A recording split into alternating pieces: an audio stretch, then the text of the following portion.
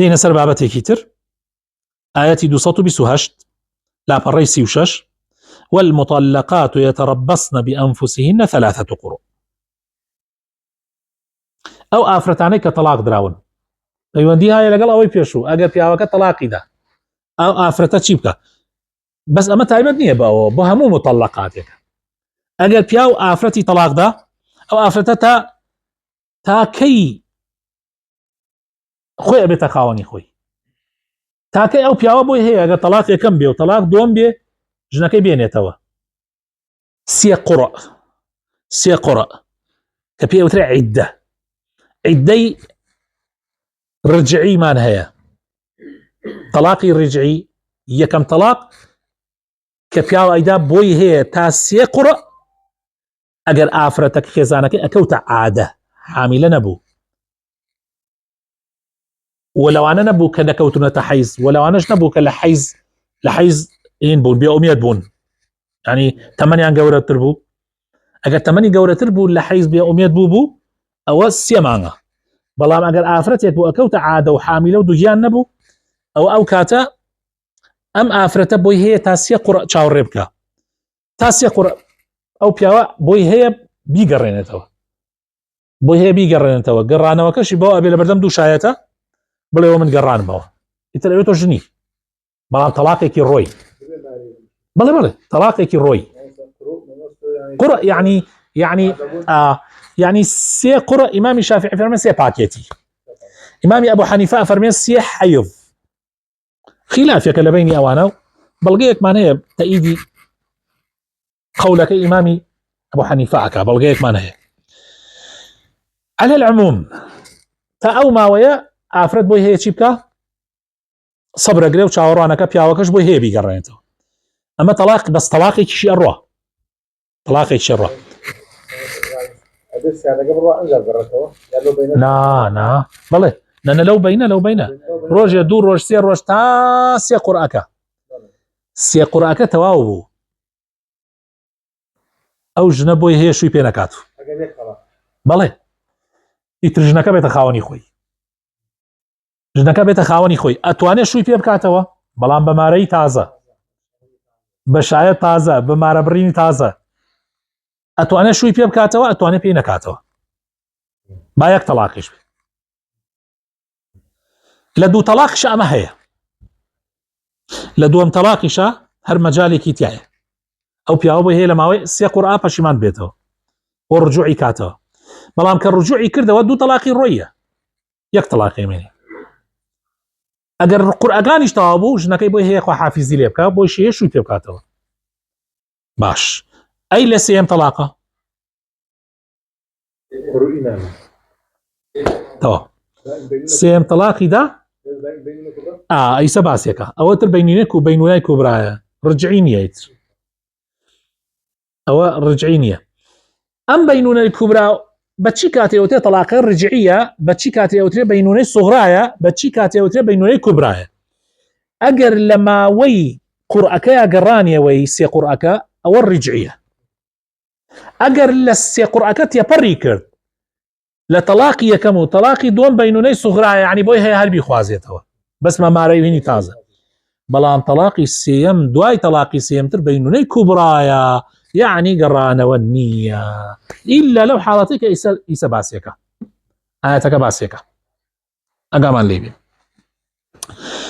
آياتك أني دعاء وباسيكا نقو آياتا مطلقات بيان هي تربوسي كانك كان شاوراني سي قرأ أثمان قرأ لا شافعي رحمه الله لا إمام شافعي طهرة لا إمام أبو حنيفة رحمه الله حيضا ولا يحل لهن أن يكتمن ما خلق الله في أرحامهن إن كن يؤمن بالله واليوم الآخر ليرى الجن هي بوهي فيلك الجن أتواني فيلك هيش رقايك شنيا الجن أتواني بجا من حرسي حيزة كم طاهم خاني بوهي أخوي تعالى هيش محكمة جناتواني يا خيبك بلا أخوي تعالى أي ترسينيه يعني بإيمان أي ترسينيه أجر نابيت مثلا او شتيكر هي يعني مثلا رحم مثلا حمله يعني مثلا كوتنا سوري مانغانو نابێ بیشارێتەوە ئەگەر باوەڕی هەیە بەخوا بە ڕۆژی قیامەت. نابێت ئەو ئافرەتە بۆی نییە فێڵ بک لەم مەوزوعە. ئەگەر ئیمانداریش نییە کەیف خۆیتە فەرموو کاکە تۆ ئەگەر پشت لە خوا هەڵەکەی، پشت لە قورئان هەڵەکەی، پشت لە قیامەت هەڵەکەی کەیفی خۆتە بڕۆ چیەکەی بکە. إذا لم تستحي فاصنع ما شئت. لەخوا شەرم نەکەی بڕۆ چیەکەی بکە. ئەمە هەر ڕەشەیە. ئەم جار دوای ئەوە خوای تەعالا فەرمێ وبعولتهن يعني مێردەکانیان أحق بردهن في ذلك إن أرادوا إصلاحا. لەماوەی ئەو سێ قورئەیە لەو مدەیەت سێ مانگە بە دوو مانگ و نیمە بە بۆی هەیە مێردەکەی ئەحەقترینە بیگەڕێنێتەوە. تێگەن لەو ماوەیە ئەحەقترە. ئەی لە دوای ئەو ماوەیە، لە دوای ئەو ماوەش ئەگەر مێردەکەی هەم هاتە پێشەوە وەکو مێردێکی تر هاتە پێشەوە داوای مارە هەر ئەوش ئەحەقترە طبعا لە خەڵکتر. یعنی ئەگەر بزانن ڕێکەکەون لەگەڵ یەکان مێردەکە و چەند ساڵە بەیەکەوە بوون یەکتر ناسن ئەوش لەوێش هەر ئەو ئەولاترە. یعنی کەس و کارەکەی تووڕەش بوونە لەم مێردە چکە تەلاقیدا. بەڵام باشتر وایە چاو خوای تەعالا فەرمێ چاوپۆشی لێ بکەن. لەوانەیە ئەگەر زانیتان چاکە هەر ئەو مێردە یەکەم بڕاتەوە بەلای مێردی یەکەم باشتر لەوەی شوکاتە کەسێکی کە ئەگەر بکرێت ئەگەر بگونجێت. چونکە خوای تەعالا فەرمێ إن أرادوا إصلاحا. تو عامێنتە سەر عەقڵی خۆت. باوکی کچ ئەزانێت چۆن لە یەکێداتەوە. باش. ولهن مثل الذي عليهن بالمعروف. ژنان مافیان هەیە و حەقیان هەیە وەکو چۆن ئێوە حەقتان هەیە بەسەر ئەوانەوە. ژنیش حەقی هەیە بەسەرتەوە. آخر ژن و پیاو شقائقن. پێغەمبەری خوا فەرمێ النساء شقائق الرجال. وەکو سێوێکن کرابێتن بە دوکتۆ. یعنی بۆ ئەو حەقی هەبێ پیاو بۆ ژن حەقی نەبێ. هەندی حەقەیە تایبەت بە پیاو لەسەر ژنەکەی، هەندی حەقەیە تایبەت لە ژن لەسەر مێردەکەی، هەندی حەقیش هەیە مشتەرەک. هەندی حەقی هەیە مشتەرەک. لە حەقەکانی پیاو لەسەر ژن طاعە گوێڕایەوەیکردن. حەقی پیاوە لەسەر ژن. لە حەقەکانی ژن لەسەر پیاو طبعا ئەمە لە وتاری جمعەکانی پێشوە باسمان کردێتەوە نەگەرێکی حەسکە تۆ ئیسفادەی لێ بکە. حەقی ژنمان بە دوو هەفتە باسمان کردم. هەفتە ڕۆی حەقی پیاو بوو لەسەر ژن، هەفتەکەی پێشووتر حەقی ژن بوو لەسەر پیاو. لە حەقەکانی ژنیش لەسەر پیاو مەهر، سوکنا یعنی مارەی، سوکنا یعنی نیشتەجێبوون، شوێنی نیشتەجێبوون، جلوبەرگ و خواردن و دابینکردنی خواردنەمانە. و لە حەقە مشتەرەکەکانیش لە بەینا جیماع و سەرجێیکردن یعنی معاشرە بالمعروف، میرات ئەگەر یەکیان مردن ئەو میرات ئەوی تریان میرات لە ئەوە بە. ئەمە لە حقوقەکانە. جا ئەمە عولەما تەفاسیلیان پێداوە. زۆر پێویستە هەموو پیا و ژنێک بزانێ حەق و مافی یەکتری چییە بەسەر یەکتریەوە. بەڵام لێرە خوای تەعالا یەک شت ئەخاتە بەر چاوی ئێمە بێ ئاگامان لێ بێ. وەلللڕیجالی عەلەیهن دەرەجە.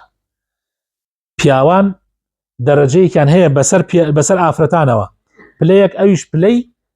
بەڕێوەبردن و سەرکردایەتی ماڵە. خوای تەعالا ئەم ئەرکەی خستۆتە سەر شان پیاو. والله عزیز حەکیم. تەفاسیلی ئەم مەوزوعە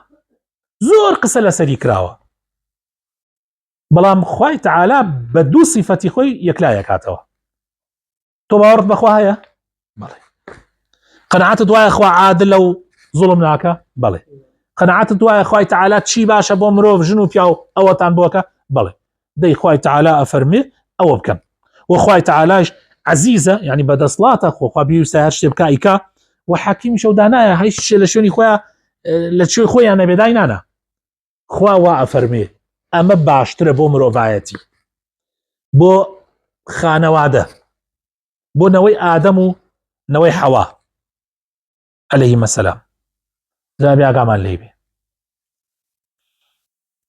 ئاەتی 229 الطلاق مرتان. طلاق دوو مەڕەیە. مەڕە خۆی طلاق سیانە بۆ ئەفەرمێت دوان خوای تەعالا یعنی مەڕەکە دوانە. یعنی بیدا و بیگەڕێنێتەوە ئەوە یەک، بیدا و بیگەڕێنێتەوە ئەوە دوو، سێم دەنت گەڕانەوەی نییە. بۆیە ئەفەرمێت دوان مەڕەیە. سێم یا ئیمساکە بمعروف بۆ دوای دوم جار یا ئەوەتانە دەست ئەگری بە ژنەکەتەوە بە جوانی بەو شێوەی کە عورف و عادەتی ئەو منتەخە و ناوچەیە یعنی بە جوانیان زانیوە کە زوڵمیتیانە کە تعدایتیانە بۆ جوانی یا ئەوەتانێ تەسریح بإحسان کۆتا تەلاق بدە بەڵام با هەر بەینتان ببینێ چاکە لە زۆربەی سبحان الله سبحان الله ئەم قورئانە زۆر عەجیبە لە زۆربەی ئەو شوێنانەی کە جودابوونەوەی تایە لە یەکدابڕانی تایە خوای تەعالا وشەی ئیحسان بەکار تێرێ بۆ ئەوەی بزانین ئێمە هەر ئەبێ احترامی یەک بگرین ئەبێ ڕێز لە یەکتری بگرین چەند یەک يعني ادعو إلى سبيل ربك بالحكمة والموعظة الحسنة وجادلهم بالتي هي أحسن مجادلة زور منا خراپە وانە ئەگاتە تر دابڕان بەڵام هەر بە ئەحسن بێ دائما أحسن ئێمە ولا تنسوا الفضل بينكم نابێ لەسەر شتێکی تر کۆتایی بە هەموو دنیا بێ ئیسا خەریکە هەستەکەم مەسائلی تەلاق خەریکە باشە بێ ناو خەڵکە مدەتێک یەکێ ژن یەکێکی تەلاقدایە کچی یەکێکی تەلاقدایە ئەو عەشرەتە بینیان تێکەچوو بەڵام ئیسا خەریکە ئاسایی ئەبێتەوە کە کابرا کچەکەشی تەلاقەدەی یان کچەکە تیش تەلاقەدا هەر بە تەبایی دوو کەسن بێ کۆنایان کرێ تەبایی یعنی پێویست ناکە دنیا بنرێ لە یەک پێویست ناکە پیاوێک ئەناسم کاتێ ژنەکەی تەلاق داوە ئەوەی خوا پێی ناخۆشە بەو ژنە کردی طبعا لە عەزیەتدانی لە هاوردن و بردننی ئاخر شت ئەوەندەی لێدا بوو ئەوەندە ئازاری دابوو ئەو ژنە دوای تەلاق وەرگرتن لە دوای 6 مانگ و 7 مانگ خەڵک ئەهاتە داوای ئەوێت من کەل کشوکردنم نەماوە یعنی جیهازی تەناسولیشی وێران کرد بۆ ملێک من کاتی ئەمە باسەکەم گریانم دی بۆ کەسێک خۆی بە ئومەتی محەممەد بزانێ و ئاوا معاملە بکە لەگەڵ مرۆڤ لەگەڵ خوشک و طبعا ئێمە مرۆڤایەتی هەمومان خوشک و برین یعنی تۆ لەگەڵ یەکێکا ژیانت بە یەکەوە نەکرا ژن لەگەڵ پیاو لەگەڵ ژن بۆ هەموو دنیا تێک بدری بۆ هەموو شتەکان تێک بچێ ئێبا تەبایی و خۆشەویستەکان بمێنێت چیە یعنی ناڵێ مەخوو جارانە بێ بەس خۆ ناژمێ هەموو شتێک کۆتایی پێوێ ولا تنسوا الفضل بينكم ئەو فەزڵە لەبیر مەکەن بەڵێ تەلاق دوو جارە یعنی دوو جار ئەگەڕێتەوە سێم جار یا ئەوەتانێ بەخوا دەستی پێوە بگرە بە جوانی تر بەری مەدە یا ئەوەتانێ بەرەڵای بکە بە ئیحسان و بڕاتەینی خۆی یعنی تەلاقێکی ولا يحل لكم أن تأخذوا مما آتيتموهن شيئا إلا أن يخافا أن لا يقيما حدود الله حرامە ئەو مارەیەی داتە پێی ئەو ئاڵتونەی بۆیت کردووە ئەو شتەی کە پێی داوە حرامە لێی وەربگریتەوە إلا مەگەر کە حدودی خوا بەزەنرا بێ یعنی إلا مەگەر ئەو ژنە خۆی سەبەب بێ بۆ تەلاقەکە یعنی خۆی بە ڕێگایەکی تر حدودی خوای شکان دەبێ لەو حاڵەتە گوناح نییە فلا جناح عليهما يعني گوناح نییە طبعا عليهما لێرە مەقصد بۆ پیاوەکە گەڕێتەوە زیاتر ئەگەر چی بە موثەنایش هاتووە گوناح نییە لەسەر پیاوەکە و کاتە ئەگەر داوای هەندێک لە مارەیەکەی بکە یا داوای هەموو مارەیەکەیشی بکە ئەگەر ژنەکەەوە زۆر داوای تەلاقی کرد ئەگەر ژنەکە داوای تەلاقی کرد دروستە وە لە حەدیثی شەهاتووە ئافرەتێک کاتە لای پێغەمبەری خوا صلی الله علیه و سلم پێغەمبەری خوا من ئەمەوێ لە مێردەکەم تەلاقم دەی پێغەمبەری خوا صلی الله علیه و سلم فەرمووی زۆر محاولەی لەگەڵا کرد سوودی نەبوو دوایەوە فەرمووی چی داوە پێت وەکو مارەی وتی باخێکی داوە پێ مەزرعەیە فەرمووی بۆ یەگەڕێنیتەوە فەرمووی بەڵێ پێغەمبەری خوا صلی الله علیه و سلم فەرمووی مەزرعەکەی لێ وەربگرەوە و تەلاقی دروستە